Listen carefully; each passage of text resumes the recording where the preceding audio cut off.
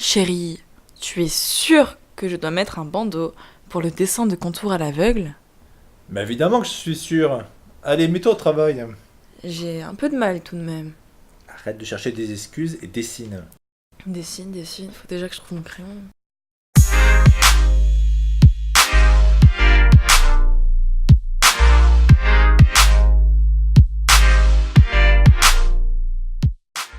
Le blind contour drawing, ou dessin de contour à l'aveugle, a été inventé par Kimon Nicolaïde.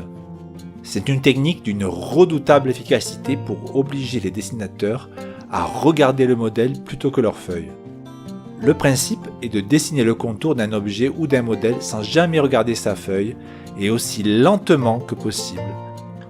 Kimon Nicolaïde estime que cet exercice fonctionne grâce à l'aspect sensoriel qu'il contient, et Betty Edwards que seul le cerveau droit, le cerveau créatif, peut gérer cette tâche. Pour ma part, je ne peux m'empêcher d'y voir une forte ressemblance avec la méditation. Nous allons à présent voir comment faire cet exercice en pratique. Fixez les feuilles sur votre table, prenez un crayon bien taillé et posez-le sur la feuille. Réglez une alarme sur 5 minutes. Maintenant, tournez-vous en direction de votre modèle de façon à ne plus voir la feuille, mais tout en étant confortable. Choisissez un point de départ et imaginez que votre crayon touche ce point.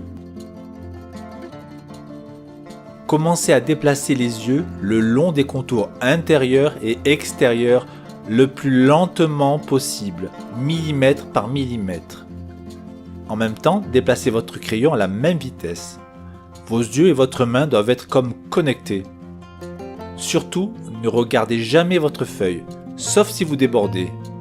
Dans ce cas, remettez votre main sur la feuille, puis vos yeux doivent revenir rapidement là où ils étaient et imaginez à nouveau que votre crayon touche le modèle avant de redémarrer. Surtout, évitez d'accélérer. Vous devez garder une vitesse constante, c'est la clé de cet exercice. Arrêtez le dessin lorsque l'alarme se déclenche. Le résultat n'est pas censé être beau ni même être montré, et votre dessin n'est pas supposé être terminé.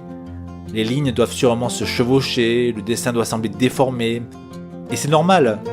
Le contraire voudrait dire que peut-être vous n'avez pas été concentré sur votre modèle ou que vous avez jeté un coup d'œil sur la feuille.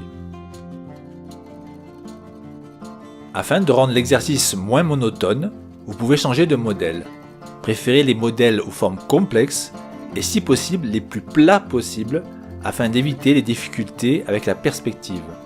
Une main, un trousseau de clés, des feuilles, un ensemble d'objets. Si vous avez du mal à tenir en place pendant 5 minutes, sachez que comme pour la méditation, à force de répéter, cela deviendra de plus en plus facile. Et si vous n'arrivez pas à dessiner lentement, alors changez de main. Oui, si vous êtes droitier, dessinez avec la main gauche, et si vous êtes gaucher, avec la droite.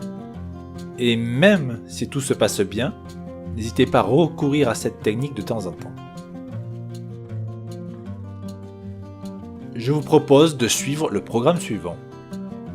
Les 2 premiers jours, faites 5 minutes par jour. Les 2 jours suivants, 10 minutes. Et par la suite, 15 minutes. Si vous ne parvenez pas à augmenter le temps de dessin, ce n'est pas grave, gardez votre durée. Si vous vous sentez à l'aise, alors essayez d'augmenter progressivement jusqu'à 30 minutes. Mais si certains jours vous n'êtes pas en forme, dessinez plutôt 5 minutes que rien du tout. L'important est d'être régulier. Vous ne rajouterez l'exercice suivant qu'une fois avoir cumulé au moins 3 heures de dessin de contour. Si cette vidéo vous a plu, n'hésitez pas à mettre un énorme pouce en l'air, à lâcher un commentaire juste en bas et surtout abonnez-vous en cliquant sur le loup. Allez-y, ne mord pas. Allez, n'ayez pas peur, vous pouvez cliquer. Quant à moi, je vous dis à très bientôt pour une prochaine vidéo.